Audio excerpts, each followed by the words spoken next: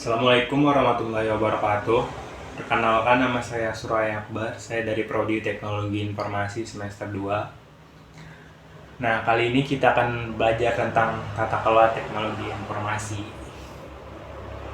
Nah, pada pembahasan kali ini kita itu akan membahas tentang konsep dasar teknologi informasi, sejarah perkembangan komputer, asal-usul internet, dan juga peran WWW atau World Wide Web. Kayak sebelumnya, ada yang tahu apa yang dimaksud dengan teknologi informasi? Nah, teknologi informasi sendiri muncul pertama kali itu oleh Lippitt dan Wissler pada tahun 1958. Teknologi informasi itu memiliki arti segala bentuk teknologi yang digunakan untuk mengelola informasi, mulai dari membuat, menyimpan, memproses, hingga menyebarkan informasi. Teknologi informasi itu tidak terbatas ke komputer saja, tapi juga ke ponsel yang sering kita gunakan sehari-hari, ke televisi, dan perangkat digital lainnya yang ada di dunia. Nah, seperti itu. Kayak setelah kita memahami apa itu teknologi informasi, kita akan membahas tentang sejarah perkembangan komputer. Komputer sendiri itu dibagi menjadi 5 generasi. Dari yang semulanya cuma vakum hingga di era sekarang itu sudah berkembang pesat seperti AI dan juga komputasi kuantum. Oke, langsung saja kita bahas tentang komputer generasi pertama ya. Nah, di generasi pertama ini itu dimulai pada tahun 1940 sampai dengan 1956. Komputer generasi ini itu menggunakan tabung vakum, serta ukurannya itu sangat besar dan juga lambat, dan tentunya mahal juga ya. Contoh komputer generasi ini itu ada ENIAC.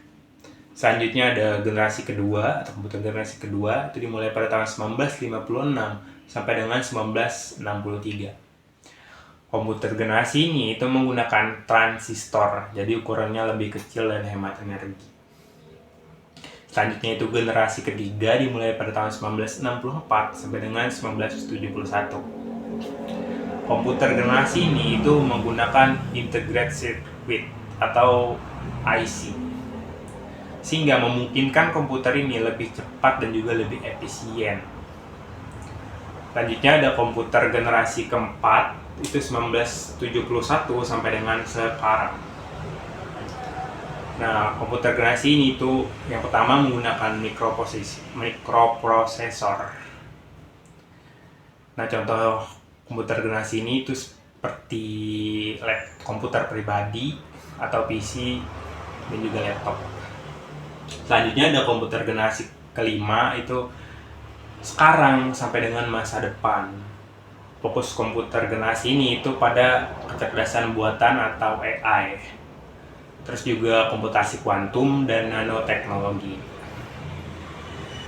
Nah, selanjutnya kita akan membahas mengenai asal-usul internet dari ARPANET hingga jaringan global. Nah, internet itu dimulai dari sistem komunikasi seperti telegraf. ARPANET itu berdiri 1969. Nah, ARPANET itu merupakan proyek pertama jaringan komputer oleh Departemen Pertahanan Amerika Serikat. Internet berkembang tanpa pusat kendali dan menjadi jaringan global. Nah, di Indonesia sendiri, internet itu masuk pada awal 1990-an. Sampai dengan sekarang, itu digunakan untuk komunikasi, bisnis, pendidikan, hiburan, dan masih banyak lagi.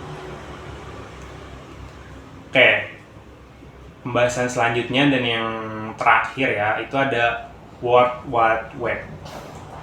World Wide Web atau WWW itu adalah sistem dokumen dan halaman web yang saling terhubung di internet. WWW ini diciptakan oleh tim Berners-Lee di CERN pada tahun 1989. WWW itu menggunakan protokol HTTP dan bahasa pemrograman HTML. WW ini menjadi alat penting dalam menyebarkan informasi secara luas. Berners-Lee itu tidak mematenkan hak cipta untuk WWW, jadi kita bisa secara bebas menggunakannya ya sampai dengan sekarang. Nah, berkat ini juga itu bisa mempercepat adopsi global.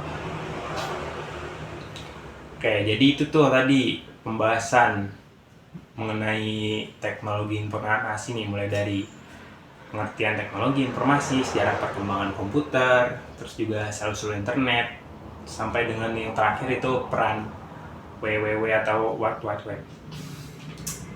Nah, dari pembahasan tadi itu kita dapat mengambil kesimpulan. Yang pertama itu perkembangan teknologi informasi, komputer, internet, dan WWW itu telah mengubah cara hidup dan bekerja manusia.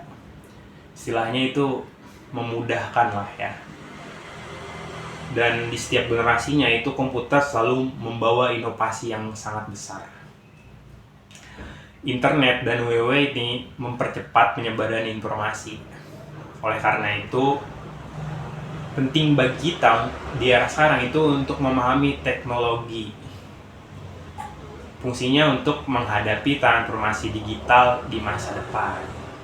Oke, sekian pembahasan dari saya. Terima kasih. Kurang lebihnya saya mohon maaf. Dan apabila ada yang ingin ditanyakan, silahkan tanyakan di kolom komentar. Terima kasih.